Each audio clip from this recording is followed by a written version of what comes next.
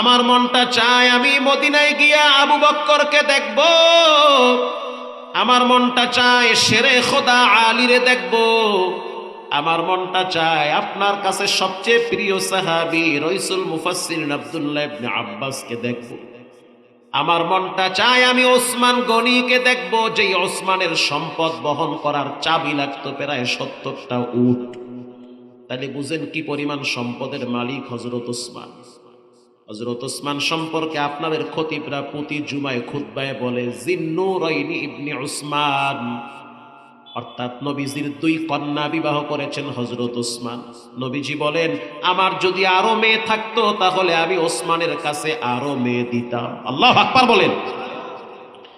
হযরত ওসমান রাদিয়াল্লাহু তাআলা আনহু সম্পর্কে নবী বলেন লিকুল্লি নাবিয়্যিন রাফীকুন ওয়া রাফীকি ইয়ানি ফিল জান্নাতি উসমান, প্রত্যেক নবীর সাথে জান্নাতে এক একজন বন্ধু হবে, আর আমি নবীর সাথে আমার জান্নাতে আমার কলিজার বন্ধু হবে আমার জামাতা হযরত ওসমান। ও মুরব্বী চাচা, সেই ওসমান কবরের পাশে দাঁড়াইয়া বাচ্চাদের মতো কান্দা দিত। ছেলে মরলে কাঁদেন, বাচ্চা অসুস্থ হইলে চোখের পানি বের হয়, বউ মইরা গেলে চোখের পানি ছাইরা কান্দেন, সন্তান মারা গেলে চোখের পানি ছেড়ে কান্দেন, ব্যবসায় লস হইলে হেহে দিয়া কাঁদেন। মা বোনেরা, স্বামী যদি উল্টা পাল্টা করে চোখের পানি বের হয়, স্বামী যদি আর একটা বিয়া করে পুরা দুনিয়া কানতে কানতে মাথায় লয়। অথচ নামাজ জীবনে কতদিন মিস করছে, কবরে যে বাটাম ফাটা আছে একদিনও রাত্রিবেলা তাহাজ্জুদে কান্দে না। সারাদিন কিরণমালার জি বাংলার সিরিয়াল নিয়ে মা বোনেরা ব্যস্ত থাকে। এটা আপনাদের নওগাঁয় নাই, আমগো বরিশালে আছে। প্রিয় মা বোনেরা সাবধান, হযরত ওসমান রাদিয়াল্লাহু তাআলা আনহু দাড়ি পাকা মুরব্বী কবরের সামনে দাঁড়ায়া বাচ্চাদের মতো কাঁদে। হযরত আবু হুরায়রা বলে ওসমান, নবীজি বলেছেন ওসমান ফিল জান্নাহ, রাসূল বলেছেন আপনি জান্নাতের মেহমান হবেন, আবার নবীর সাথে নবীর জান্নাতে দোস্ত হবেন, আবার নবীজির 2টা মেয়ে বিবাহ করছেন। এত সম্মানী মানুষ কবর দেখলে কেন কাঁদেন? ওসমান বলে মানুষের মৃত্যুর উপরে প্রথম জেলখানা হলো কবর। হাদিসে রাসূল বলেন যেই লোকটা সর্বশেষ মারা যাবে যুবক, সেই লোকটাকেও কবরে থাকা লাগবে 40,000 বছর। ভূমিকম্পের ধাক্কার ডরে মসজিদে যান, অথচ স্বাভাবিক হয়ে গেলে মসজিদও চিনে না, নামাজও চিনে না, কোনো খবরই থাকে না। যখন মাটি লড়ে তখন ডরে জুতা ফালায়া মসজিদে গিয়া কয় আল্লাহ তুমি ছাড়া আমার কেউ নাই। অথচ যখন স্বাভাবিক হয়ে যায় তখন আল্লাহরে কয় আল্লাহ তোমার লাগে একটু মস্কারি করছি, আমি কিন্তু আগের মতো আছি, আমি নামাজ পড়ুম না তো পড়ুমই না। কেন তোমার সাথে আল্লাহর এত দুশ্মনী? কেন তুমি আল্লাহর উপরে এত রাগ করলা যে তুমি আল্লাহরে 10টা মিনিট সময় দিতে পারো না? কেন তোমার সাথে আল্লাহর এত দুশ্মনী হইল? কেন তোমার পা গুলা মসজিদে যায় না? কোন শয়তানে তোমার পা গুলারে বাইরে টাইনা ধরছে? ঘন্টার পর ঘন্টা তুমি মোবাইল টিপতে পারো, 30-40 বছর বয়স হয়ে গেছে, 10টা দিন তুমি কি মনে পড়ে তোমার যে কোরআনের পৃষ্ঠা উল্টায় আমি তাকায় তাকায় জিব্বা লড়াইয়া পড়ছি? এত বড় কেন তুমি নাফরমানি আল্লাহর সাথে লিপ্ত হয়ে গেলা? ওসমান রাদিয়াল্লাহু তাআলা আনহু চোখের পানি ছেড়ে বলল যে কবর হলো মানুষের জন্য প্রথম ঘাঁটি। কবরে যাওয়ার পর কারো যদি ঈমান আমল খারাপ হয়, ওরে 2 পাশের কবরের মাটি এমন জোরে চাপ মারবি, নবীজি 2টা হাত, এটা হাদিস, সহিহ হাদিস, মিথ্যা হাদিস না। নবীজি 2টা হাত উঁচা করে আঙ্গুল ফাঁক কইরা একটা আরেকটার ভিতরে ঢুকায় দিছে। রাসূল বলল কেউ যদি ঈমান হারা হয়ে কবরে যায়, ওরে 2 পাশের মাটি এমন জোরে চাপ দিবে ডান পাজরের হাড্ডি বাম পাজরে ঢুইকা যাবে, এরকম ঢুকে যাবে। ওই দিন আপনার চিৎকারের আওয়াজ পশু পাখি শুনবে, আপনার সন্তান আর বিবি শুনবে না। প্রস্তুতি গ্রহণ করেন, যাদেরকে আপন মনে কইরা আল্লাহরে ফাঁকি দেন, এরা আপন না, এরাই হলো ফাঁকি। ওয়াইসুল করনি বলে ওগো আল্লাহর হাবিব, আমার মনে চায় আমি ওসমানকে দেখব, কিন্তু আমি কেমনে যাই? আমার মা তো বৃদ্ধ মহিলা, বিছানায় পড়ে আছে, অসুস্থ। আমার মা নিজে খাইতে পারে না, একা একা দাঁড়াইতে পারে না, আমি গেলে তো মায়ের খেদমত করার কেউ থাকে না। মা বলল, সন্তান, তোমার কষ্টটা বুঝতে পারছি, তোমার মনটা পড়ে আছে মদিনার দিকে, আমার খেদমত করা লাগবে না, তুমি মদিনায় চলে যাও। ওয়াইসুল করনী মায়ের মাথাটা কোলের উপরে নিয়ে কপালে চুমা দিয়া বলে, আরে আমি কেন মদিনায় যাব? নবী বলছে তোমার পায়ের নিচে আমার জান্নাত। নবীজি বলল, ওয়াইসুল করনী মদিনায় আসতে হবে না, ওমরকে দেখা লাগবে না, উসমানকে দেখা লাগবে না, মায়ের দিকে তাকাও, রব্বুল আলামিন তোমার মর্যাদা বাড়ায় দিবে। কারণ তোমার মা তোমার জীবনের সবচেয়ে বড় সফলতার মূল ফ্যাক্টরি। তোমার মর্যাদা বাড়ার পিছনে, কমানোর পিছনে পাওয়ার হাউস হইল তোমার মা। যুবক ভাইরা, আল্লাহর ওয়াদা, আল্লাহর ওয়াদার ওয়ালা তানহারুহুমা, মাথায় ঝাঁকে দিয়া মায়ের সাথে কথা বলবা না।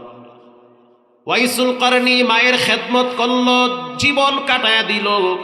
নবীজি ইন্তেকাল করলো, হযরত ওমর পাগলের মতো ওয়াইসুল করনীর খুঁজতে লাগলো। ইয়ামেন থেকে যখন কোনো কাফেলা মক্কায় আসতো, মদিনায় যাইতো, হযরত ওমর জিজ্ঞাসা করতো, ভাই তুমি কি ইয়ামেন থেকে আসছো? বলে হ্যাঁ।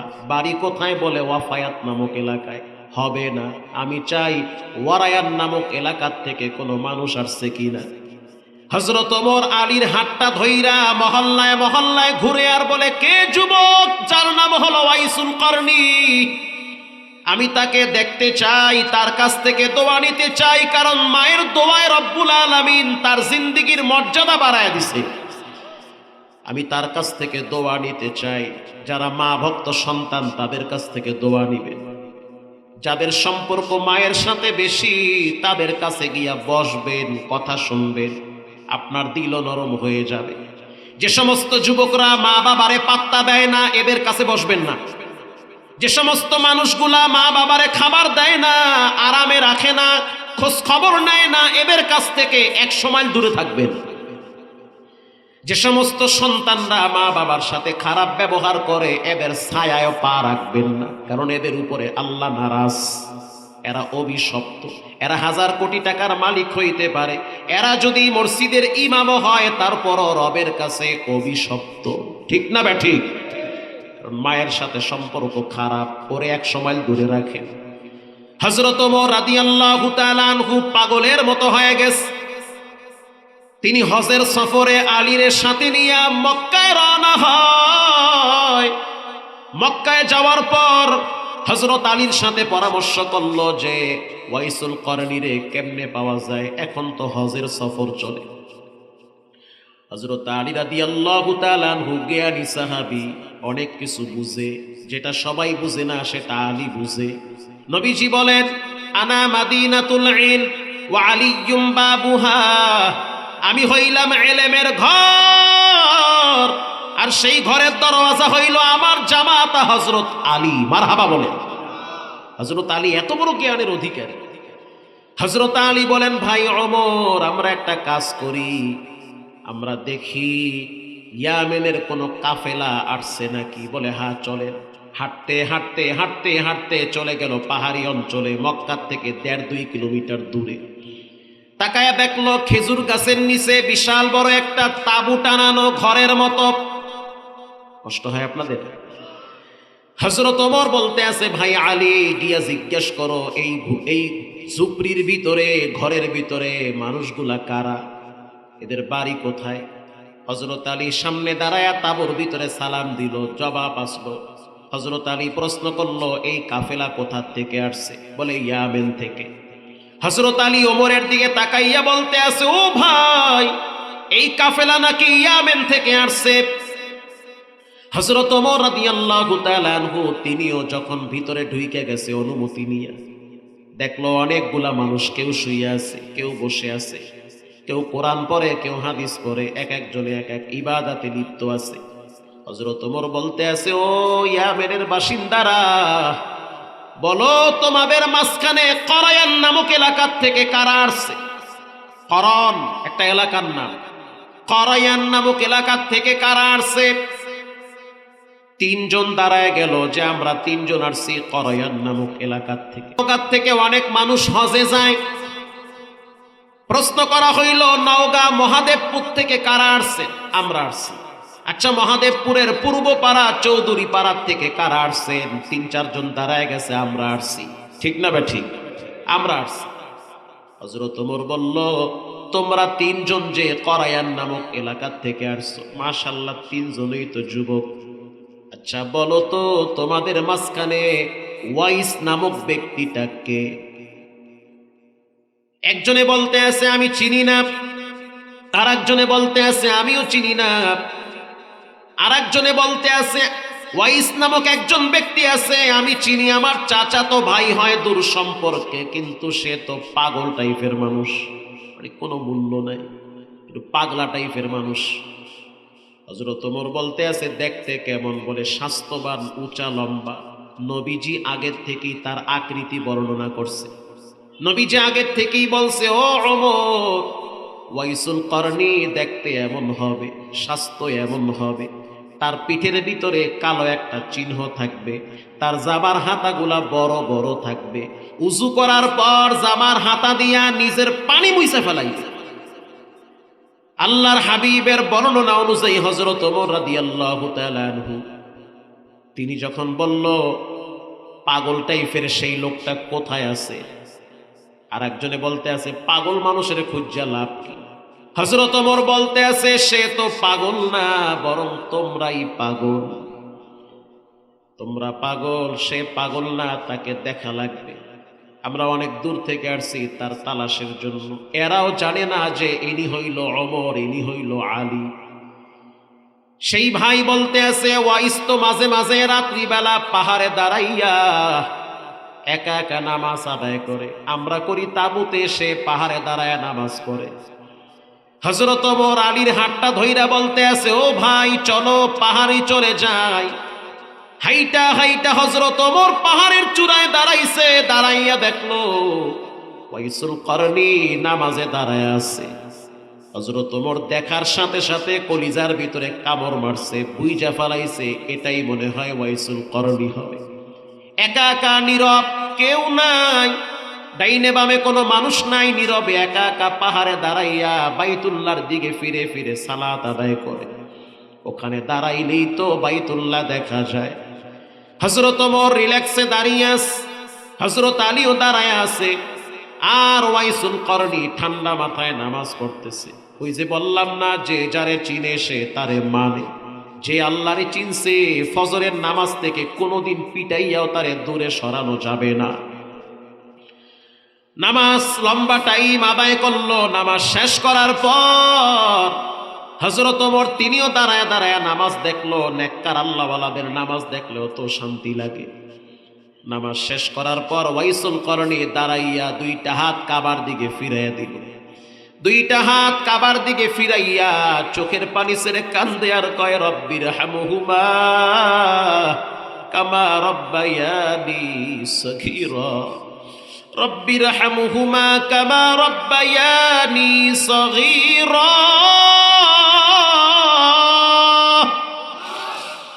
হযরত ওমরের চোখের গোড়ায় পানি চলে আসছে যখন দেখলো যে ওয়াইসুল করনি দাঁড়ায় দাঁড়ায় মায়ের জন্য দোয়া করতেছে, আব্বার জন্য দোয়া করে। চোখের পানি ছেড়ে একটা দোয়া একবার না হইল 30-40 বার পড়তেই আছে, রব্বির হামহুমা কামা রব্বায়ানি সগীরা। হযরত ওমর কাছে গেল, দোয়া শেষ হয়ে গেল।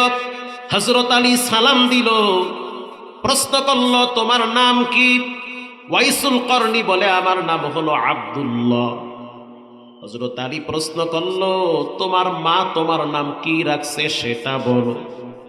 কারণ ওয়াইসুল করনি নিজেকে জাহের করতে চায় না, নিজেকে গোপন রাখতে চায়।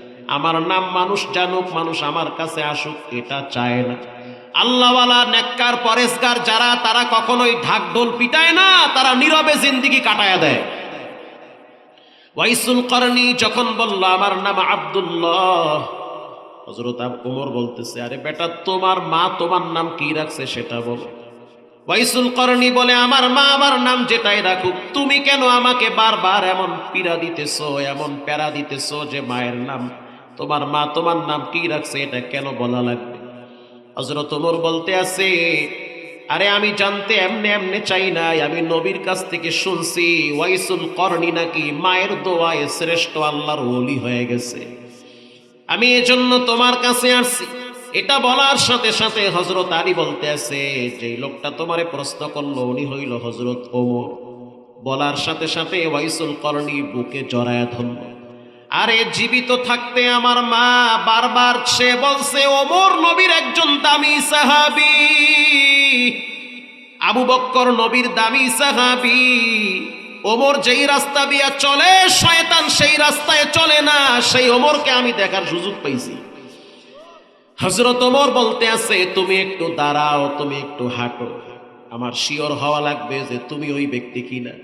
ওয়াইসুল করনি হাঁটতেছে, হযরত ওমর আলীকে বলতে আছে ইনি হবে ওই ব্যক্তি। হযরত ওমর বলতে আছে, তোমার পিঠে যেই চিহ্ন আছে দেখতে চাই। উয়ুনুল হিকায়াতে আসছে, তানবীহুল গাফিলিনে ফকি আবুল্লাহ সামারকান্দি লেখেন, হযরত ওমর যখন বলল তোমার জামার পিঠের নিচে কি আছে এটা দেখতে চাই, জামার কাপড়টা যখন সরাইল কালো চিহ্নটা একদম চকমক করে ফুটে উঠেছে। হযরত ওমর তাকে বুকের সাথে জড়ায় বলতে আছে, রাসূল বলেছেন তোমার সাথে দেখা করার জন্য, দোয়া নেওয়ার জন্য, কারণ তুমি যখন জমিনে হাঁটো তখন ফেরেশতারা তোমারে নিয়ে আরশে আজিমে গর্ব করে, কারণ মায়ের দোয়ার বরকতে রব্বুল আলামিন তোমার মর্যাদা বাড়ায় দিছে। যুবক ভাইয়েরা আমার, যেই সমস্ত পোলাপান মা বাবার সাথে খারাপ ব্যবহার করে এদের সাথে বন্ধুত্ব করবা না, এরা আল্লাহর কাছে অভিশপ্ত। প্রিয় ভাইয়েরা আমার, রমজান মাস নবীজি যখন সিঁড়িতে পা রাখলো তখন আমিন বলেছে, দ্বিতীয় সিঁড়িতে পা রাখলো নবীজি আমিন বলল, তৃতীয় সিঁড়িতে পা রাখছে নবীজি আমিন বলল। সাহাবীরা প্রশ্ন করল, নবী আপনি আমিন কেন বললেন? আল্লাহর হাবিব বলল, জিবরাইল আমার কাছে আয়েশা বলতে আছে, যারা রমজান মাস পাওয়ার পর গুনাহ মাফ করাইতে পারল না এরা ধ্বংস হয়ে যাক। নবীজি বলল এদের দরকার নাই, আমিন কবুল হয়ে গেছে, এগো লাগবে না। 2 নম্বরে যারা নবীর নাম শোনার পর দুরূদ শরীফ পড়ল না এরাও ধ্বংস হয়ে যাক, এদের কোনো প্রয়োজন নাই। নবীজি বলল আমিন। 3 নম্বরে যারা মা বাবা পাওয়ার পর মা বাবার খেদমত কইরা সন্তুষ্ট অর্জন করতে পারল না এরাও ধ্বংস হয়ে যাক। নবীজি বলল আমিন। যেই সমস্ত পোলাপান মা বাবার সাথে বেয়াদবি করে এরা হলো নবীর পক্ষ থেকে লানত প্রাপ্ত, অভিশপ্ত, এরা আল্লাহর পক্ষ থেকে লানত প্রাপ্ত, অভিশপ্ত, এদের সাথে সম্পর্ক রাখবেন না। প্রিয় ভাইয়েরা আমার, মা বাবার সাথে সুসম্পর্ক যারা রাখে এদের সাথে সম্পর্ক রাখবেন, দেখবেন রব্বুল আলামিন আলাদা জগতের একটা প্রশান্তি দান করবে। আল্লাহ কোরআনে বলেন, ওয়াকুল্লাহুমা কাউলান কারীমা, মায়ের সাথে মিষ্টি কথা বলো, সুন্দর ভাষায় কথা বলো। কাউলান লাতিফা, এমন কথা বলিও না যে মা বাবা কষ্ট পায়। একজন মানুষের সফলতার জন্য 2 জন ব্যক্তি লাগে, একজন হলো মা, দ্বিতীয় জন হলো ঘরের স্ত্রী। মা যদি দোয়া করে ওই সন্তান সফলতার দ্বার প্রান্তে পৌঁছে যায়। ঘরের বিবি সহধর্মিণী যদি তাকে সাপোর্ট করে, সহযোগিতা করে, ওই পুরুষ কখনোই অলসতামি করে অকর্মা হতে পারে না। স্ত্রীর সহযোগিতা, মায়ের দোয়া, এই 2টা জিনিস যার জীবনে থাকবে সে দুনিয়াতেই জান্নাত পেয়ে যাবে। আজ থেকে পাক্কা নিয়ত করে নেন, জীবনে কোনোদিন নামাজ ছাড়বো না, হারাম খাবো না, মা বাবার সাথে বেয়াদবি করবো না, জীবনে কোনোদিন গুনাহের কাছেও যাব না, মা বাবার সাথে দুর্ব্যবহার করব না। দিলটা যদি ভালো থাকে পাক্কা নিয়ত করে নেন, আল্লাহ আমাদেরকে এই নিয়তের উপরে ইস্তেকামাত মজবুত থাকার তৌফিক দান করেন, বলেন আমিন। এতক্ষণ বয়ানে কি বুঝলেন? আল্লাহর হক আদায় করতে হবে কি হবে না? বলেন, আল্লাহর প্রথম হক কি? জোরে বলেন। নামাজ আদায় করবেন তো ইনশাআল্লাহ। কবে? আগামী সপ্তাহ থেকে না এখন থেকেই? এখন থেকে ইনশাআল্লাহ। অনেক যুবকরা আছে ওনারা ফজর পড়বে না, নিয়ত করছে, খিচুড়ি টিচুড়ি খাইয়া ঘরে গিয়া মোবাইল 2-3 ঘন্টা টিপে করা ঘুম দেবে, 10টায় উঠবে, উঠতে একটা বিড়ি ধরাইবে, এরপরে কাজে যাইবে। আছে না নাই? এরকমটা করা যাবে? যাবে না। প্রতিদিন 5 ওয়াক্ত সালাত আদায় করবেন। আপনি যদি বলেন ভাই আমি জেনা করছি, করছেন জেনা, আল্লাহর কাছে মাপ চান, তারপরও নামাজ পড়া লাগবে। মিথ্যা বলেন, বইলেন না মিথ্যা বলা ভালো না, তারপরও বলেন, আমি বলবো, তারপরও নামাজ পড়তে হবে। যত রকমের পাপাচারে লিপ্ত হন, এটা আপনার ব্যাপার আর রবের ব্যাপার। কি রব আপনাকে করবে এটা রব ভালো জানে, তবে নামাজ ছাড়া যাবে না। এক সময় দেখবেন জেনা, হারাম, মিথ্যা কিচ্ছু থাকবে না, আপনার জীবনে নামাজ ঠিক থাকবে। আল্লাহ তাআলা আমাদেরকে প্রতিদিন 5 ওয়াক্ত সালাত যথাযথভাবে আদায় করার তৌফিক দান করেন। আরো জোরে বলেন। আব্বা আম্মার সাথে সুসম্পর্ক রাখবেন। যাদের বিবি ঘরে আছে সালাম দিবেন। আব্বা আম্মাকে সালাম দেন ইনশাল্লাহ? জি, সালাম দিতে হয়। স্ত্রীকেও সালাম দিবেন, আব্বা আম্মাকেও সালাম দিবেন। অনেকে আছে ঘরে গিয়ে বইয়ের লাগে উল্টাপাল্টা ব্যবহার করে, সালাম দেয় না। তখন কি হয়? তখন আগুনে আগুনে সব পুইরা যায়। হেরো মুখ চলে, এরও হাত চলে। তালাক 6টা দিয়ে কয় কামটা করলাম কি? অবস্থা খুব খারাপ। এমনটা করা যাবে? বাসায় সালাম দিবেন, ঢুকার সময় বিসমিল্লাহ বইলা ঘরে ঢুকবেন। যেই ঘরে সালাম না দিয়া ঢুকে, ওই ঘরে ব্যক্তি ঢোকার আগে শয়তান ঢুকে। মানে আপনার আগে শয়তান ঢুকে রেডি আছে, আপনার বোর মধ্যে এমন গ্যাঞ্জাম লাগাইবে, টিভির রিমোট আর মোবাইল নিয়ে, মানে যুদ্ধ চলবে। এরকম ঝামেলা হতে পারে, হচ্ছে ঘরে ঘরে। আল্লাহ তাআলা আমাদের মা বোনদেরকেও সহি বুঝ দান করুক, বলেন আমিন। আরো জোরে বলেন আমিন। এই মাহফিলটা হওয়াতে আপনারা খুশি না বেজার? প্রতি বছর হোক, আমরা চাই কি চাই না? আল্লাহ তাআলা যুব সমাজকে আর্থিক, মানসিক, শারীরিক সব দিক থেকে ভরপুর কামিয়াবির জিন্দেগি দান করুক, আমিন বলেন।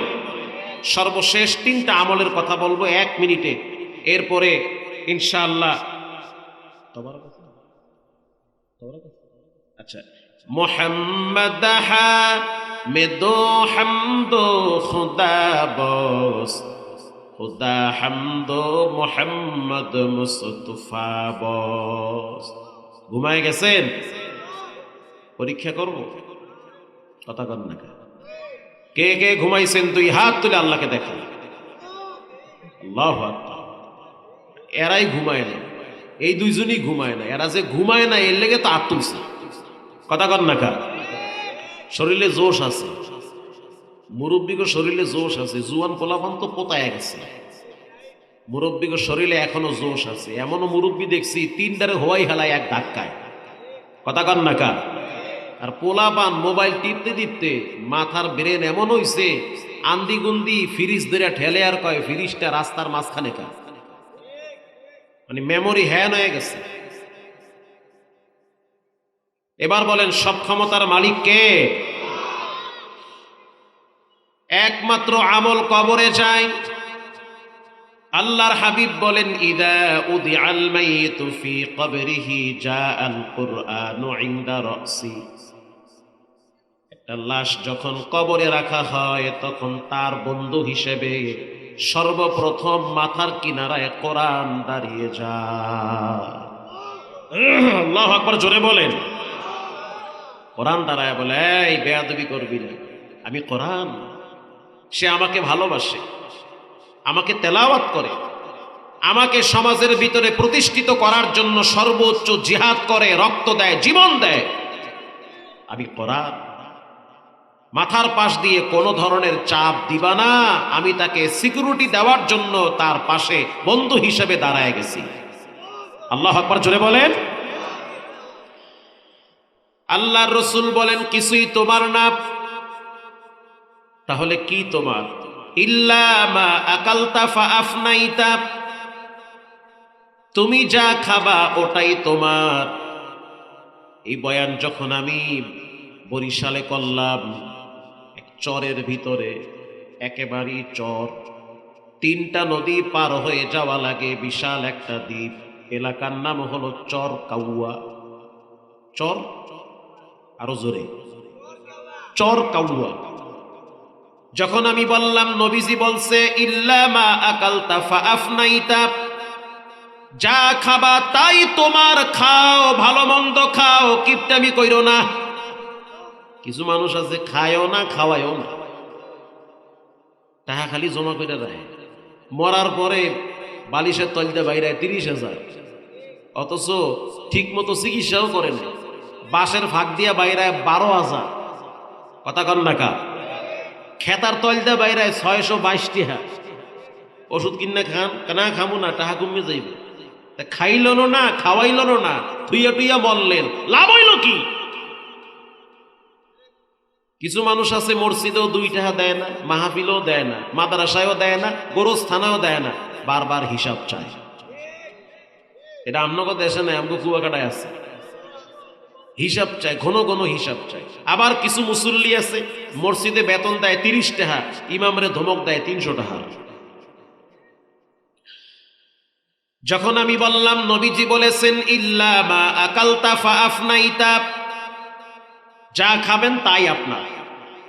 এক চাচায় বলল, বাবাজি ঠিক কথাই বলছেন, আমিও খাই, তবে গরুর দুধ বেচা বিড়ি খাই। সুবহানাল্লাহ, কয় কি? হুজুর আমার কি পাপ হইবে? চাচা আপনার কপালটা একটু চুমা দেই, আপনি কুমির দিয়েছেন। কারণ নবী বলেছেন ইল্লা মা আকালতা ফাআফনাইতা, যা খাবা তাই তোমার। আমাদের দেশের অনেক মুরব্বীরা আছে আল্লাহর দেওয়া নেয়ামত গাছে সবরি কলা ধরছে, সবরি কলা বিক্রি করিয়া গুল কিনা খায়। 512 জর্দা 3 আইটেমের লাগায়া খাইতে থাকে। যা খাবেন তাই আপনার। ইল্লা মা আকালতা ফাআফনাইতা, সবরি কলা খান, গরুর দুধ খান, সামর্থ্য থাকলে নিজেও খান, বিবিরেও খাওয়ান, সন্তানরেও খাওয়ান, কারণ ইবাদত করতেও শক্তি লাগে। কথা কন না কেন? আপনি তাহাজ্জুদ পড়বেন, শক্তি লাগবে না? ফজরের টাইমে হাইটা মসজিদে যাবেন, শক্তি লাগবে না? খাবেন আপনি, নিজেও খান, মানুষকেও খাওয়ান। ওই ব্যক্তির চেয়ে বখিল পৃথিবীতে কেউ নাই, যে রাত্রিবেলা পেট ভইরা খায় আর ঘুমায়, প্রতিবেশী না খায়া থাকে, খবরও নেয় না, উকি মাইরাও দেখে না যে লোকটা বাচ্চা যে না মরে গেছে। আল্লাহর রাসূল বলেন ওই ব্যক্তি মুমিন না, ওই ব্যক্তি মুমিন না যে শুধু নিজের চিন্তা করে আর একজনের চিন্তা করলো না। তার একটা বোন আছে গরিব, অসুস্থ হয়ে গেছে, চিকিৎসার টাকা নাই, চাইলে 2-1,000 টাকা দিয়ে সহযোগিতা করতে পারে। কত বড় নিমুখ হারাম বখিল, একটা টাকা দিয়েও সহযোগিতা করে না। আপনার বাড়িতে দূরের মানুষ দাওয়াত পায়, অথচ প্রতিবেশী গরিব, বিবাহের অনুষ্ঠানে তারা দাওয়াত পায় না। কথা কন না কা? নওগাঁ থেকে গাড়ি নিয়ে আইসা আপনার ঘরে খায়, দূরের বন্ধু বান্ধব আইসা আপনার বের বিবাহের অনুষ্ঠানে খাইতে থাকে, অথচ প্রতিবেশী গরিব, অসহায়, রাত আনে দিন আনে, রাতে খায় দিনে খায়, কষ্টে রাত দিন কাটায়। একটা বারের জন্য তাকাইয়া দেখলেন না? নবীজি বলেন পেট ভইরা খাইলা, দূরের মানুষরে খাওয়াইলা, কিন্তু ইমানদার হতে পারো না। প্রতিবেশীর খবর নেই তোমার। আল্লাহ রাব্বুল আলামিন বলেন ইয়াউমা লা ইয়ানফাউ মালু ওয়ালা বানুন।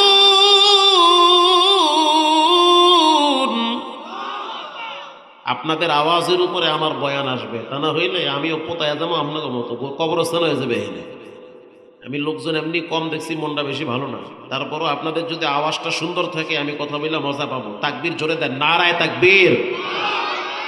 ওই যে চাচায় মনটা খারাপ করে হইয়া রয়েছে, এটা হইল কিছু?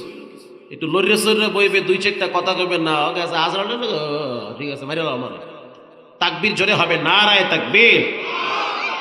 এই যে কত সুন্দর হয়ে গেল পরিবেশটা। আল্লাহ রাব্বুল আলামিন বলেন সন্তান কাজে আসবে না, সম্পদ কাজে আসবে না।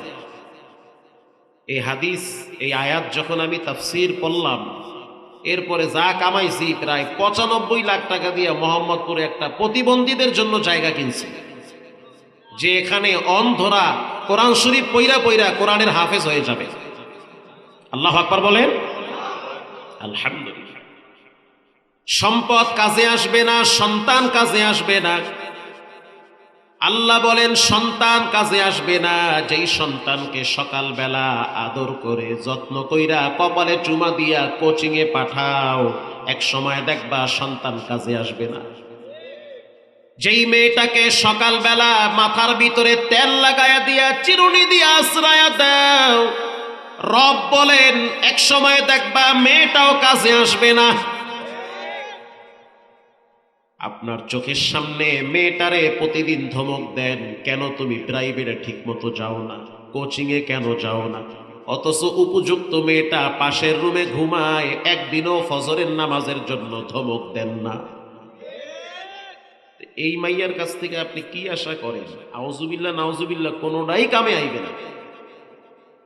আপনার চোখের সামনে আপনার সন্তান বড় হচ্ছে, সারা রাত জেগে জেগে পাবজি ফ্রি ফায়ার খেলায়, মোবাইলে জুয়া খেলায়, আপনি বাপ দেখেন কিছুই বলেন না, শুধু দুনিয়ার শিক্ষার জন্য ব্যস্ত হয়ে যান।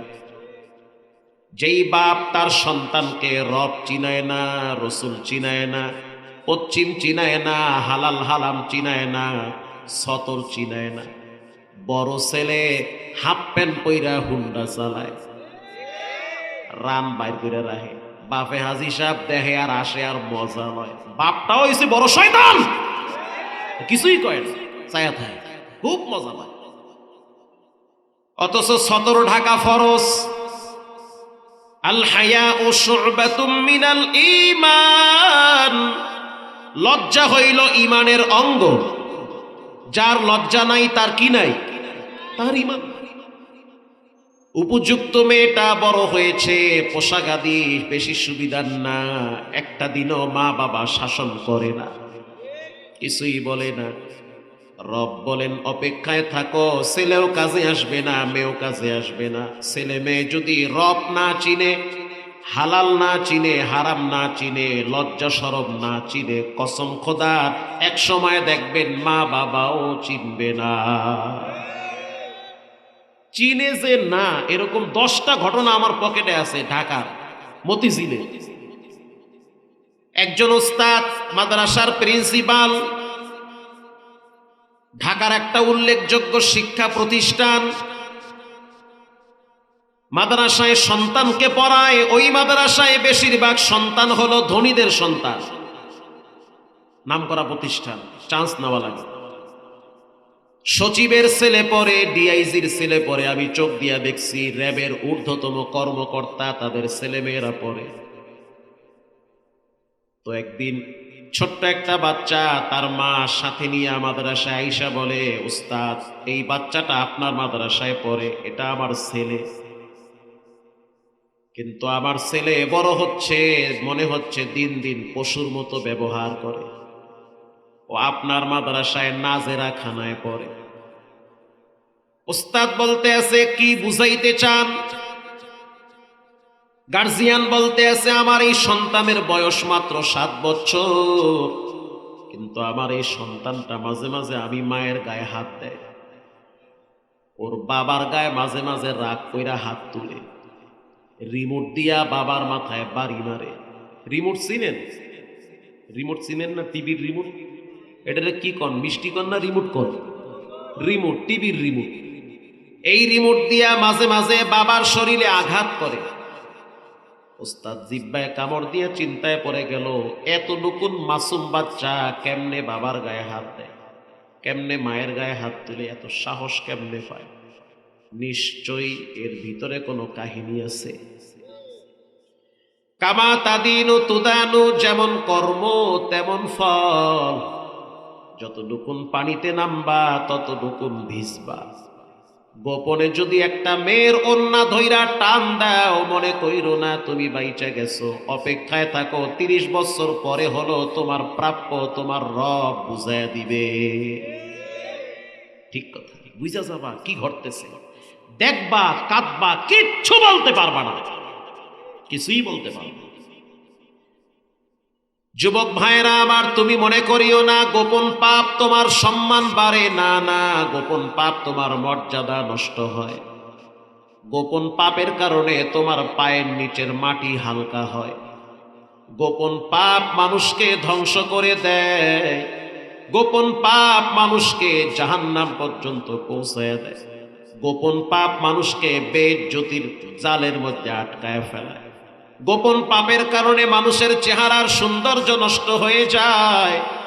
গোপন পাপের কারণে নিজের ফ্যামিলির মানুষগুলা কষ্ট পায়। হে যুবক, তোমার খারাপ কর্মের কারণে তোমার মা বাবা কষ্ট পায়, তোমার বোনটা কষ্ট পায়, তুমি হয়তো জানো না। আল্লাহ কোরআনে বলেন, ওয়ামা আসাবাকুম মিন মুসিবাতিন ফাবিমা কাসাবাত আইদিন নাস ওয়া ইয়াফু আন কাসীর।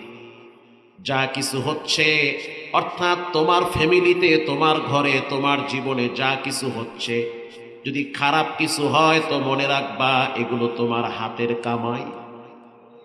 কথা কন না কেন? আল্লাহ বলেন, আমি চাইলে তোমার পরিপূর্ণ বিচারটা দুনিয়ায় করতে পারি, কিন্তু না, আমি তোমারে ক্ষমা করে দিই। অসংখ্য গুনাহ আমি রব রহমতের চাদর দিয়া ঢাইকা রাখি, একটা ফাঁস করলে চেহারা সমাজে দেখাইতে পারবা না।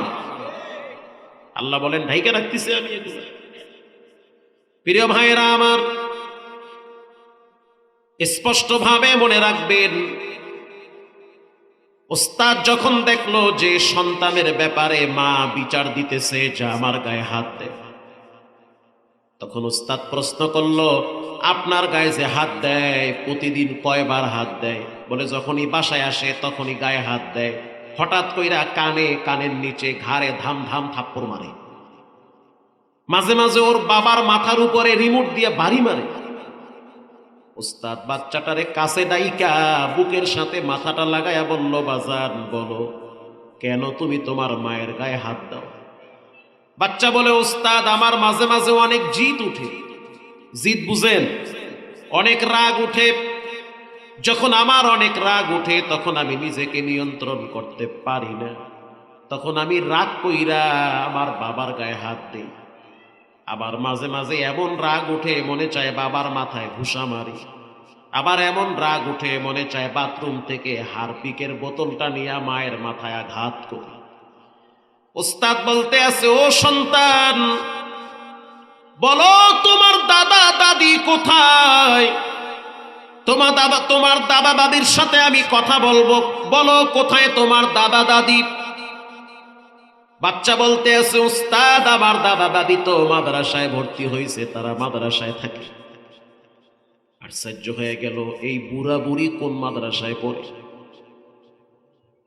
তুমি কি তাদেরকে দেখো? বলে, মাঝে মাঝে দেখার জন্য যাই। কে বলছে তারা মাদ্রাসায় পড়ে? বলে, আম্মু বলছে তারা নাকি বুড়া বুড়ি মুরব্বীদের মাদ্রাসায় পড়ে। সপ্তাহে একদিন, মাসে একদিন, মাঝে মাঝে দেখার জন্য যাই। কোথায় যাও? সেই মাদ্রাসা কোথায় আমার জানতে হবে, সেটা হলো গাজীপুরে। উস্তাদ বলল, গেটের সামনে লেখা দেখছনি যে বৃদ্ধাশ্রম? কহ, দেখছি। বাচ্চা মানুষ যদিও 7 বছর লিখতে পারে, পড়তেও পারে, তার মানে বোঝা গেল নিজের মা বাবারে বৃদ্ধাশ্রমে রাইখা সন্তানরে আলেম বানাইয়া ভালো ব্যবহারের আশা করে, এটা হবে সম্পূর্ণ বোকামি ছাড়া কিছুই না। উস্তাদ বলে, ও সন্তান, তুমি যখন বৃদ্ধাশ্রমে যাও তোমার দাদি তোমার সাথে কি বলে? বাচ্চা তখন বলে, ওস্তাদ আমার দাদি আমারে বুকের সাথে জড়ায়া ধইরা কপালে চুমা দিয়ে বলে, নাতি রে, যেই ব্যবহার তোমার বাপ আমার সাথে করছে এই ব্যবহারটা তুমি তোমার মায়ের সাথে কইরো না। আমি তো সহ্য করতে পারি না, নীরবে একা একা কাঁদি, কারণ আমার কষ্ট হয়। তারপরও চাই না যে আমার সন্তানের কষ্ট হোক। কেন তোমার বাপ তোমার দাদিরে বৃদ্ধাশ্রমে রাখছে? বলে, আমার দাদি অসুস্থ, মাঝে মাঝে বিছানায় প্রস্রাব করে দেয়। ওস্তাদ চোখের পানি ছেড়ে দিয়া বলে, এরকম হাজার হাজার রাত তোমার মা তোমার প্রস্রাব তো পরিষ্কার করছে, এরকম অসংখ্য রাত তোমার দাদি তোমার আব্বার প্রস্রাব পায়খানার সাফ করেছে, ঠিক না বে ঠিক? মেথরনির মতো কামলা দিয়েছে। আজ এখন তোমার আব্বা সম্পদের কারণে, ক্ষমতার কারণে, টাকার গরমে মায়ের বৃদ্ধাশ্রমে ফালায়া রাখছে। বৃদ্ধাশ্রমে ফালায়া রাখছে, মায়ের চোখের পানি, আর্তনাদ, চিৎকার আর কান্নার আওয়াজ। ওস্তাদ এবার বলতে আছে, বুঝতে পারছি, কামাতা দিন তুদানু, যেমন কর্ম তেমন ফল। মান্দার গাছ লাগাইয়া যদি আমের আশা করে, বোকামি ছাড়া কিছুই না। কথা কন না কেন? ঠিক কথা। ওস্তাদ বলে আগে তুমি কয়বার মারতা? কয় একবার। কয় এখন থেকে 3 বেলা বাটাম দিবা, সকালে একবার দিবা বাটাম, বিকালে একবার আবার বাটাম দাও, সন্ধ্যায় আর একবার পিটা দাও, 3 বার পিটাবা। পারবা? কহ পারবো। ফিরিস উঠাইয়া তোমার বাবার মাথায় জোরে মারবা, কারণ যেই ঘরের ভিতরে মা বাবার থাকার জায়গা হয় না, ওই ঘরটা আগুন দিয়া জ্বালায়া দেওয়া দরকার। ওটা কিসের ঘর? যেই ঘরে আব্বা আম্মার থাকার জায়গা হয় না, ওই ঘর থাকার দরকার নাই, ঘরটা ভেঙ্গে মাটির সাথে মিশায় দাও। আব্বা আম্মার থাকার জায়গা কেন হবে না ঘরে? এই জন্য রব্বুল আলামিন আগেই বলছে যে সোজা হয়ে যাও, দেখবা সামনে কেমনে খেলা ঘটে। ইয়াউমা লা ইয়ানফাউ মালু ওয়ালা বানুন ইল্লা মান আতাল্লাহা বিকলবিন সালিম।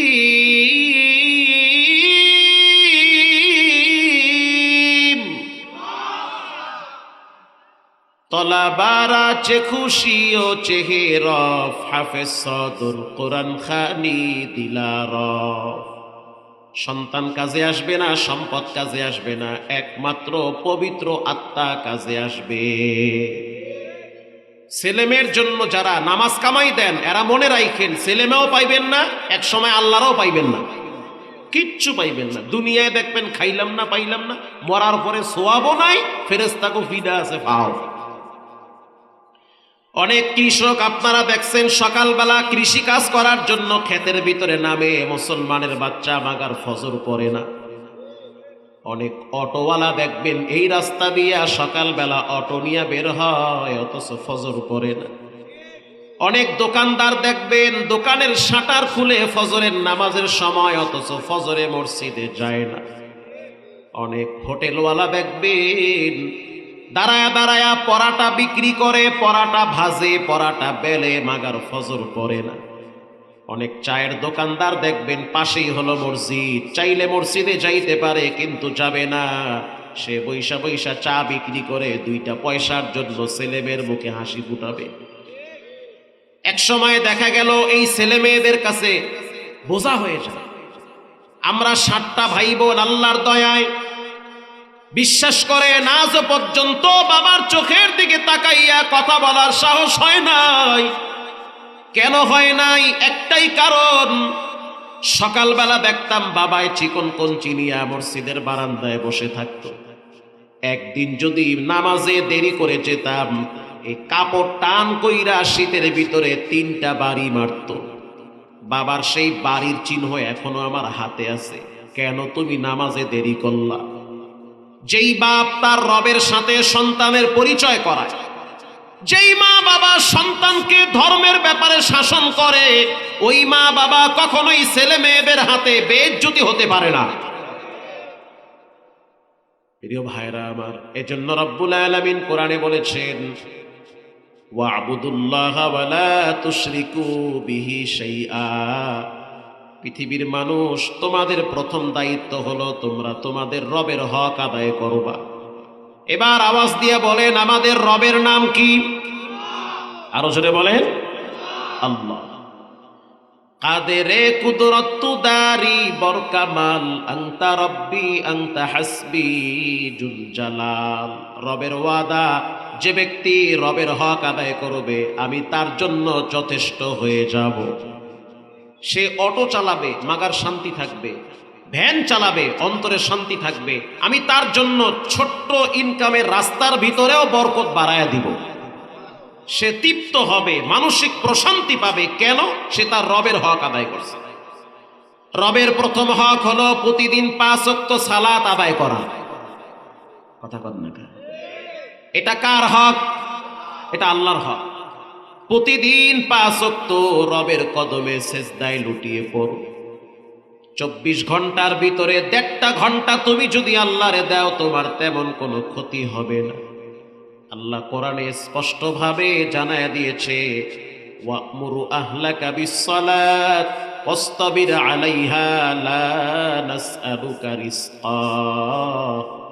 নবী আমার, আপনার পরিবার বর্গ তাদেরকে নামাজের কথা বলেন, আর রেজেকের চিন্তা করবেন না, রেজেক আপনি আমারে দেন না, বরং আমি আপনাকে রেজেক দান করি। আল্লাহু আকবার বলেন। যেই সময়টা নামাজের জন্য দোকান বন্ধ থাকবে, যেই সময়টা নামাজের জন্য অটোটা বন্ধ কইরা নামাজে দাঁড়াবেন, মনে রাখবেন আপনার রব আরেক জায়গা থেকে এটাকে পোষায়া দিবে। বলেন আল্লাহ পারে কি পারে না? আল্লাহ পারে। প্রিয় ভাইয়েরা আমার, বাদশাহ হারুন আর রশিদের দরবারে প্রতিদিন মুসাফির আইসা বলে, আমারে কিছু দান করেন, ভিক্ষা দেন। দুইজন ফকির আইসা বলল, বাদশাহ বিপদে পড়ছি, কিছু টাকা দেন। বাদশাহ প্রতিদিন কিছু কিছু টাকা দেয়। একদিন দুই ফকির একসাথে আবার আসছে, দারোয়ানকে বলতে আছে, দারোয়ান আজকে বাদশাকে খুব বেশি প্রয়োজন। কেন? আজকেও কিছু ভিক্ষা লাগবে। দারোয়ান বলল, স্যার আজকে ঘরে নাই। কোথায় গেছে? সম্ভবত মসজিদে গেলে পাবা। আল্লাহু আকবার বলেন। এবার এই দুই ফকিরের এক ফকির চলে গেছে বাড়িতে, দূর হয়ে গেছে, মসজিদে নামাজ নিয়ে ব্যস্ত, আমি খাড়ায় থেকে করবো কি জায়গা। আর একজন ফকির মসজিদের পিছনে দাঁড়ায় আছে, চিন্তা করলো ভিতরে ঢুকবো কি ঢুকবো না। জানলার ফাঁক দিয়া তাকায়া দেখলো বাদশাহ হারুন আর রশিদ নামাজরত অবস্থায় দাঁড়ায় আছে। অনেক সময় পর জানলা দিয়ে আবার উকি মাইরা দেখলো হারুন আর রশিদ নামাজে আবার দাঁড়ায় রইছে, রুকুতে যায় না। ফকির চিন্তা করলো জানলার ফাঁক দিয়া শুনি, দেখি বাদশাহ হারুন আর রশিদ কি পরে। যে যাকে চিনে সে তাকে মানে, যে যাকে চিনে না সে তারে মানতে চায় না। যেই লোকটা রবকে চিনছে ফজরের টাইমে কোনো ঠান্ডা তারে ঘরে রাখতে পারে না। কথা কন না কেন? যে তার মালিককে চিনছে, জীবন চলে গেল, সে একটা টাকা তার বাচ্চারে হারাম খাওয়াবে না। যে কবর চিনে, জাহান্নাম চিনে, তার জীবন চলে গেল, কোনোদিন কোনো মেয়ের সাথে হারাম সম্পর্ক করতে পারে না। যে যাকে চিনে সে তাকে মানে, যে যাকে চিনে না সে তাকে মানতে চায় না। ফকির জানলার কিনারায় দাঁড়ায় আছে। আজকে এই কিতাবে পড়লাম, দাঁড়াইয়া দাঁড়াইয়া শুনতেছে বাদশাহ হারুন আর রশিদ সূরা তাহা তেলাওয়াত করতেছে। তাহা মা আনজালনা আলাইকাল কুরআনা লিতাশকা ইল্লা তাযকিরাতাল লিমান ইয়াখশা তানজিলাম মিম্মান খালাকাল আরদা ওয়াস সামাওয়াতিল উলা। ফকির দাঁড়ায় দাঁড়ায় যখন তেলাওয়াত শুনতেছে, তখন ফকিরের দিলটা নরম হয়ে গেছে। কোরআন হলো ঐশী বাণী। আল্লামা দেলোয়ার হোসেন সাইদি রহিমাহুল্লাহ যখন তাফসির করত, হিন্দুদের কলিজা ঠান্ডা হয়ে যেত, কালেমা পড়ে মুসলমান হয়ে যেত। কোরআন হলো মানুষের কলিজাকে প্রশান্তি দেয়। আমরা যদি সবাই চাই যে আল্লাহর জমিনে আল্লাহর কোরআন প্রতিষ্ঠিত হোক, তাহলে জমিন থেকে দুর্নীতি, চুরি, জেনা, ব্যভিচার বন্ধ হয়ে যাবে। রাগ করলেন নাকি? করেন না। ফকির এবার দাঁড়ায় দাঁড়ায় শুনতেছে, সূরা তাহা পড়ে। ফকিরের অন্তরটা নরম হয়ে গেছে। চিন্তা করলো বাদশার কাছে চাবো না, তবে বৈশা বৈশা একটু তার পড়াটা শুনি। যার কাছ থেকে প্রায় দিন ভিক্ষা নেই, এত সুন্দর নামাজে পড়ে, একটু শুনতে থাকি। লম্বা সময় রুকুতে থাকলো। রুকু চিনেন? রুকু লম্বা টাইম, মানে কোনো তাড়াহুড়া নাই, অস্থিরতা নাই, ঠান্ডা মাথায় রুকু। এমন ভাবে রুকুতে আছে, মনে হইতে আছে পাখি যদি পিঠের উপরে বসে তারপরেও টের পাবে না। ফকির তাকায় দেখলো বাদশাহ হারুন আর রশিদ সেজদার ভিতরে লম্বা টাইম কাটায় দিছে। একটু পরে ফকির বুঝতে পারলো বাদশাহ হারুন আর রশিদের কান্নার আওয়াজ কানে আসতেছে। ফকির কানটা আরো একটু জানলার দিকে ঘেঁষায়া দিল। ফকির নিজে বর্ণনা করেন, ওই ফকির তো পরবর্তীতে আর ফকির ছিল না, আল্লাহ তার সম্পদওয়ালা বানাইছে।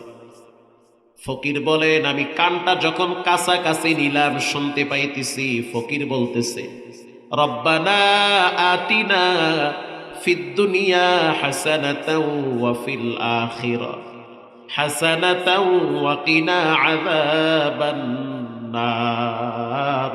সে যখন কোনো বান্দা সিজদা দেয় তখন রব্বুল আলামিন তার কুদরতি পা বান্দার কপালের নিচে ঢুকায়া দেয়, মাথায় হাত বুলায়া দিয়া বলে, গোলাম তোমার সম্মানী কপাল আমার কুদরতি কপালে ঠেকাইছো, তোমার সম্মানী নাক আর কপাল আমার পায়ের সাথে লাগাইছো, বলো তোমার কি লাগবে, আমি মালিক তোমার জন্য যথেষ্ট। ওয়াসজুদু ওয়াকতারিব, যে যত রবকে সিজদা দেয় সে তত রবের নিকটে চলে যায়। আল্লাহু আকবার বলেন। প্রিয় ভাইয়েরা আমার, ফকির এবার বলল, আমি যখন বুঝতে পারলাম বাদশা কান্নায় ভেঙ্গে পড়ল, আমি তার কান্নার আওয়াজ শুনতেছি, তার দোয়াটাও শুনতেছি।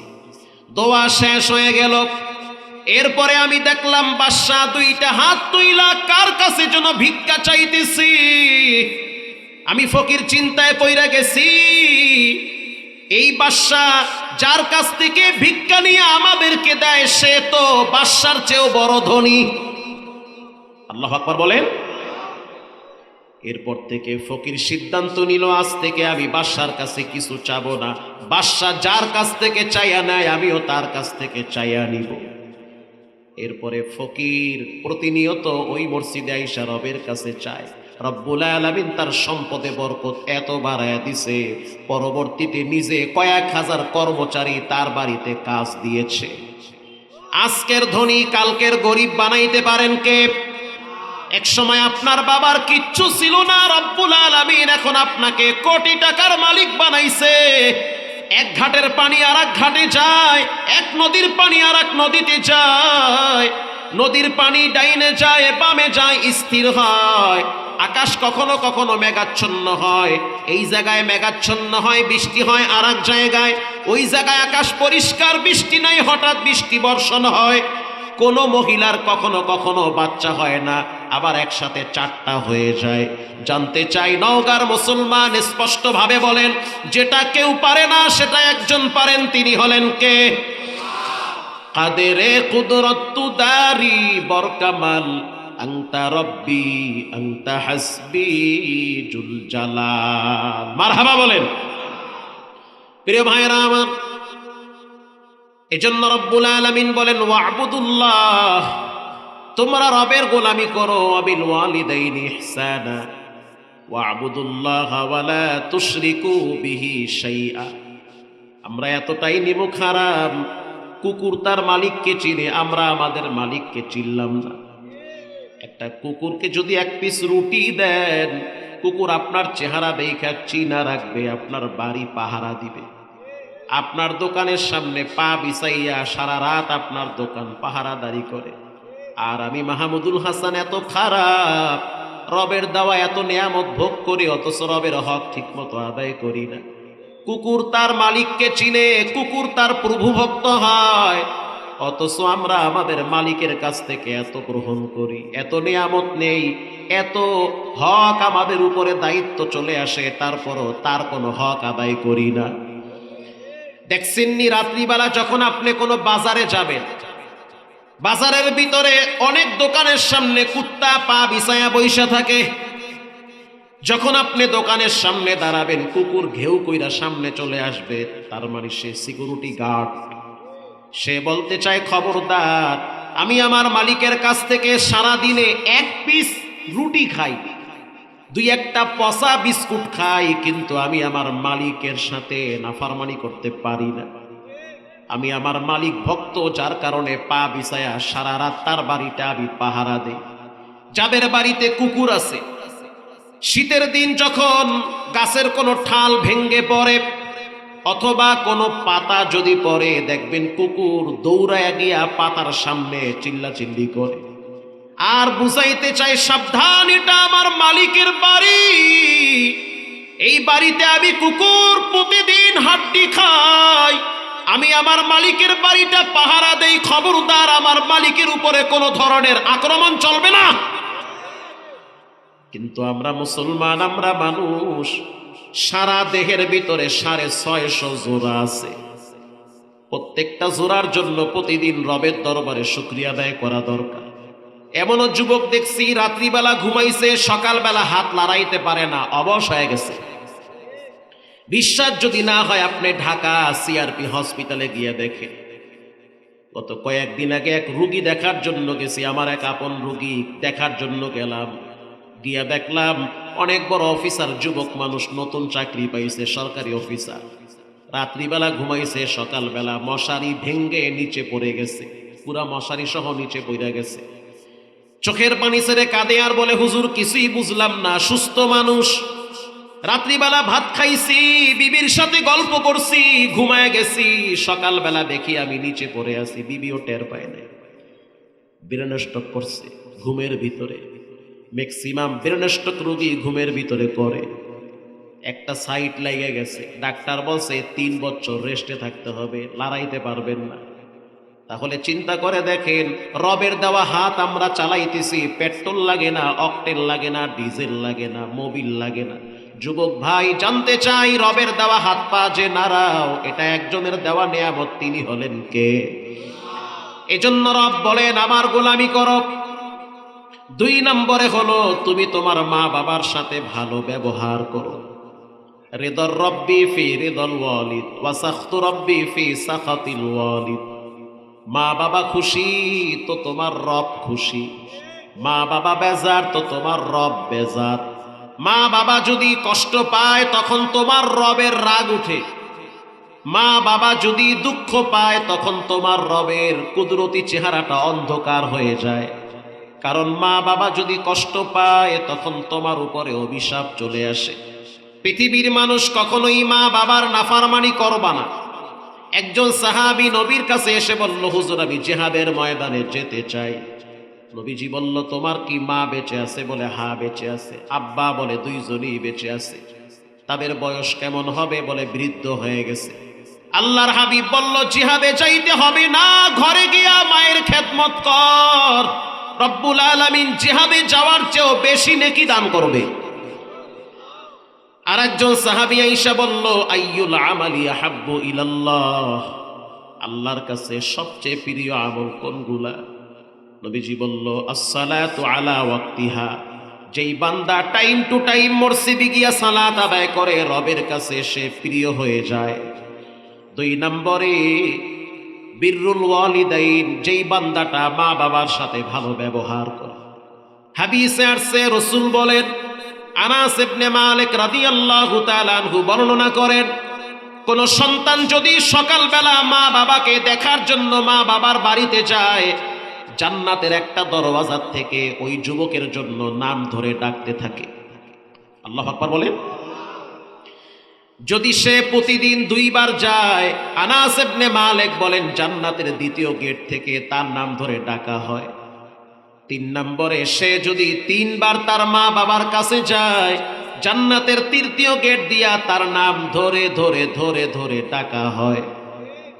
হাদিসে আসছে, কেউ যদি মায়ের চেহারার দিকে তাকায় গরিব, সে যেন মনে রাখে তার রব তার জন্য উমরার সওয়াব লিখে দেয়। আমি এমনও মানুষ দেখছি বাংলাদেশে রিক্সা চালাইতো, আমি একাই দেখি নাই, মাওলানা হাফিজুর রহমান কুয়াকাটা তিনিও দেখেছেন। কেরানীগঞ্জে রিক্সা চালাইতো, আব্দুল্লাহপুরে পাগড়ি পইরা রিক্সা চালায়। পাগড়ি পরছেন কা? কয় মনে চাইছি পড়ছি। অথচ এই রিক্সাওয়ালারে দেখলাম হজের সফরে বাইতুল্লাহ লাব্বাইকের আওয়াজ দেয়। আপনি এটা কোন চোখে দেখেন? কি মনে করলেন এটা স্বাভাবিক কোনো বিষয় নাকি? এটা যখন হজ করতে টাকা লাগে 5 লাখ 6 লাখ, অথচ রিক্সাওয়ালারে দেখি এহরামের কাপড় পইরা চোখের পানি ছেড়ে মালিকের প্রেমে দৌড় শুরু করছে। হে রিক্সাওয়ালা, কেমনে আসলেন মক্কায় হজ করার জন্য? রিক্সাওয়ালা জবাব দিল, আমার ক্রেডিট না, এটা আমার মায়ের দোয়ার ফসল। আমার মা আমার জন্য প্রতি রাত্রে চোখের পানি ছেড়ে দোয়া করত, আল্লাহ সন্তানটা গরিব, ওর মনে চায় মক্কায় যাইতে। আর আমি জানি গরিব মানুষ দুর্বল, কিন্তু গরিবের আল্লাহ তো দুর্বল হতে পারে না। আল্লাহ দেখায় দিছে হজ করা, যাকাত দেওয়া, মাদ্রাসা মসজিদে দান করা টাকার ব্যাপার না, এটা হলো 4 আঙ্গুলের তকদিরের ব্যাপার। এমনও মেয়র দেখছি ঢাকার, নাম বললে চিনবে, প্রায় 85টা রাষ্ট্র তিনি সফর করেছে, তার ড্রাইভার আমার গাড়ি চালাইছে। 85টা রাষ্ট্র সফর করেছে, সিদ্ধান্ত নিছে মক্কায় যাব, কিন্তু যাওয়ার নসিব হয় নাই, যাওয়ার আগেই দুনিয়ার থেকে বিদায়। এতগুলা রাষ্ট্র ভ্রমণ করলো, ঘর থেকে ম্যাডামে বলে হজে যান, কারণ ঘরের খবর তো ড্রাইভারেরা বেশি জানে। তাই হুজুর ঘর থেকে ম্যাডামে প্রায় দিন বলে, আপনি স্যার মানুষ, মেয়র মানুষ, সাহেব মানুষ, ডানে বামে টাকা ক্ষমতার অভাব নাই, আপনার কি মনটা চায় না মক্কা মদিনার ঘেরান আপনি নাকে নিবেন? সে বলে ব্যস্ততার কারণে যাওয়া হয় না, যাচ্ছি, কিন্তু বুঝতে পারে নাই তার জন্য দোকানের কাপড়ের কাপন চলে আসছে। কল্পনাই করতে পারে নাই তার জন্য মসজিদের পালকিটা হাজির। হে যুবক, তুমি মনে করলা বুড়া হওয়ার পরে নামাজ পড়বা, বিয়ে করার পর তুমি মসজিদে যাবা, বাচ্চা হওয়ার পর তুমি ঈমান কবুল করবা, দূরের হিসাব। হতে পারে তোমার মাথার উপরে কাপড়ের কাপন ঝুলতেছে, তুমি হয়তো টেরই পাইতেছো না। বর্তমান বাংলাদেশে মুরব্বীদের চেয়ে যুবকদের মৃত্যু বেশি হয়। প্রিয় ভাইয়েরা আমার, রিক্সাওয়ালা লম্বা সময় গল্প করলো, তিনি এখনো বাংলাদেশে রিক্সা চালায়, এটা তার কর্ম। লা নাদামাতা ফিল আমালি, কোনো কাজে লজ্জা নাই। লজ্জা আছে? হারাম খাওয়া লজ্জার বিষয়, সুদ খাওয়া লজ্জার বিষয়, আরেকজনের জমি দখল করা লজ্জার বিষয়, বাদাম বিক্রি করা, পান বিক্রি করা, আর রাস্তায় রাস্তায় অটো চালানো, এটা লজ্জার বিষয় না, এটা গৌরবের বিষয়, এটা হালাল পন্থায় রোজগার করা। রিক্সাওয়ালা কেমনে হজে আসলেন? মাওলায় চাইলে সব পারে, বান্দায় চাইলে কিচ্ছু পারে না। ধনী মানুষ রিক্সায় উঠছে, আতর লাগায় দিছে হাতে। আতর পাইছেন কই? মসজিদের ইমাম সাহেব আমারে আতর দিছে। যেমন আমার পকেটে এখনো একটা আছে, গাড়িতে 5-7টা আতর জমা আছে, যারে ভালো লাগে তারে আমি দেই, এটা আমার মনের ব্যাপার। মজার বিষয় হলো, মিথ্যা না, কসম খোদার, আমার ড্রাইভার আর সফর সঙ্গীরে জিজ্ঞেস করেন, গতকালকে দুবাই থেকে 2 কার্টন আতর পাঠাইছে এক ভক্ত, আতর আর আতর। এখন মন চাইছে আমি একজন রিক্সাওয়ালারে দিব, আপনার সমস্যা আছে? মন চাইছে আমি একজন পানের দোকানদারের দিব, আপনার অসুবিধা আছে? দিছে এক ইমাম সাহেব রিক্সাওয়ালারে, ধর আতর নেয়। মক্কায় যাইতে যদিও পারবি না, কিন্তু আমি হজ কইরা আসার সময় আতর লই আইছি, এই আতরটা তোরে দিলাম, তোরে দেখে বড় ভালো লাগছে। রিক্সাওয়ালা আতরটারে চুমা খায় আর কান্দে আর কয়, মাওলা তোমার ঘরের আতর পাইছি, জীবনে একবার হলেও তোমার ঘর চোখ দিয়া দেখার সুযোগ দেও।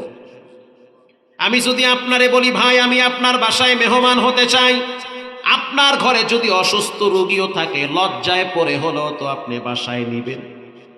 কথা কন না কা? কেউ যদি আল্লাহরে বলে, মাওলা তোমার ঘর দেখতে চাই, তোমার ঘরের মেহমান হইতে চাই, রব্বুল আলামিন তারে ফিরাইয়া দেন। এজন্য যুবক যারা আছেন, মক্কায় যাওয়ার জন্য স্বপ্ন দেখেন, আল্লাহর ঘর চোখ দিয়া দেখেন, আর জমজমের পানি দাঁড়াইয়া পান করেন, হাজরে আসওয়াদকে চুমা লাগান, কাবার গিলাফ বুকে লাগান, দেখবেন আলাদা জগতের শান্তি পাবেন। কারণ মানব সৃষ্টির মূল উৎস হলো কাবা, পৃথিবীর প্রথম মাটি হলো বাইতুল্লাহ। আল্লাহু আকবার বলেন। সুম্মা দুহিয়াতিল আরদ, রব্বুল আলামিন ওই মাটিটাকে সম্প্রসারিত করেছে, সারা পৃথিবীটারে টাইনা টাইনা মাটিটারে বড় করছে। কারণ সারা পৃথিবীটা এক সময় পানি ছিল, পানির উপরে ছোট্ট একটা মাটির টিলা দাঁড়ায় গেছে। রব্বুল আলামিন তাকায়া দেখলো এই বিশাল জমিন, জমিনের উপরে এই বিশাল বড় সমুদ্রের উপরে জমিন ভাসতেছে, জমিন হেলাধুলা করে। রব্বুল আলামিন আলাম নাজআল লাহু আইনাইন ওয়া লিসানান ওয়া শাফাতাইন, আলাম নাজআল লাহু আইনাইন ওয়া লিসানান ওয়া শাফাতাইন। বান্দা দেখো, জিহ্বা লড়াইয়া পড়ো, তোমার জবানে যা দিয়েছে এগুলা শক্তি কে দিয়েছে? চোখ দিয়া দেখতে থাকো। রব্বুল আলামিন তোমার চোখের সামনে আল্লাহর কুদরতকে বিস্তার করেছে। আল্লাহু আকবার বলেন। এরপরে আল্লাহ কোরআনে বলেন, আমি পাহাড় দিয়া জমিনটারে স্থির করে দিয়েছি। তো মক্কার থেকে একটা আতর আনছে, সে আতরটা আমি ঘেরান লাগাই। আমার রিক্সায় একজন কোটিপতি পয়সাওয়ালা উঠছে, হাজী সাহেব। সে প্রতি বছর তার কোম্পানি থেকে কিছু না কিছু মানুষদেরকে হজে পাঠায়। আছে না এমন পয়সাওয়ালা? প্রত্যেক বছর হজে পাঠায়, ইমাম সাহেবরে পাঠায়। তার ফ্যাক্টরির দিয়ে একজন কর্মচারীকে ভাল লাগছে, আরে তার বছরে জাকাত আসে কয়েক কোটি টাকা। যা 10 জনে মক্কায় গিয়ে আল্লাহর ঘরে লাব্বাইকের আওয়াজ দে, তবু উসিলায় হয়তো আমার হজ কবুল হইতে পারে। রিক্সাওয়ালা রিক্সায় উঠছে, রিক্সাওয়ালা বুঝতে পারে নাই যে লোকটা কোটিপতি। দাড়িও সব পাইকে গেছে, হাজী সাহেব মানুষ, সুন্দর চেহারা। রিক্সাওয়ালা হাতে একটু আতর লাগায় দিছে, সার আতর লাগান, মজার আতর। পাইছেন কই? বলে আতর তো ইমাম সাহেব মক্কার থেকে আনছে। এত যত্ন কইরা রাখেন? বলে আমার তো মনে চায় দোয়া কইরেন যেন রব্বুল আলামিন জীবনে একবার মক্কায় কবুল করে। এমন ভাবে আল্লাহ মায়া লাগায় দিছে। কোটিপতি বলল, দেরি কইরো না, তোমার পাসপোর্ট না থাকলে কালকে আমার অফিসে দেখা কইরো, রেডি হয়ে যাও, আমার সাথে আগামী বছর হজে যাবা। বলেন, যেটা কেউ পারে না সেটা একজন পারেন, তিনি হলেন কে? আল্লাহ তাআলা পারেন। প্রায় সময় অনেকেই বলে, হুজুর বদলি হজে চলেন, আমার আব্বায় মারা গেছে, হজ করতে পারে না, আপনারে পাঠায় দেই। মুস্তাকুন নবী কাসিমি সাহেব প্রতি বছর হজে যায়। কার টাকায় যায়? মানুষ জোর কইরা পাঠায়। আমার টাকায় হজে যায়, প্রতিযোগিতা লাইগে যায়। আমার হজটা আপনি করেন, আমি অসুস্থ, দাঁড়াইতে পারি না। মধুপুরের পীর সাহেব হুজুর প্রায় 55 বছর পর্যন্ত হজ করে, প্রতি বছর। প্রতি বছর শত শত নয় হাজার হাজার পয়সাওয়ালারা দাঁড়ায় থাকে, হুজুর আমার টাকা নিয়ে হজে যান। আমার আব্বায়ে কবরে গেছে, মা কবরে গেছে, হজ করতে পারে নাই। আমি যে হজ করব নিয়ম কানুন বুঝি না, হয়তো আপনি করলে বেশি ভালো বুঝবেন। প্রিয় ভাইরা আমার, আল্লাহর রাসূল বলেন, মা বাবার সাথে সবচেয়ে ভালো ব্যবহারটা হলো আল্লাহর কাছে সবচেয়ে প্রিয়। আল্লাহু আকবার বলেন। 3 নম্বরে আল জিহাদু ফি সাবিলিল্লাহ, আল্লাহর রাস্তায় যারা জিহাদ করে তারা হলো সবচেয়ে প্রিয়। 1 নম্বরে নামাজ, 2 নম্বরে মা বাবার সাথে সৎ ব্যবহার, 3 নম্বরে আল্লাহর রাস্তায় জিহাদ করা। নবীজি বলেন 3টা আমল আল্লাহর কাছে সবচেয়ে প্রিয়।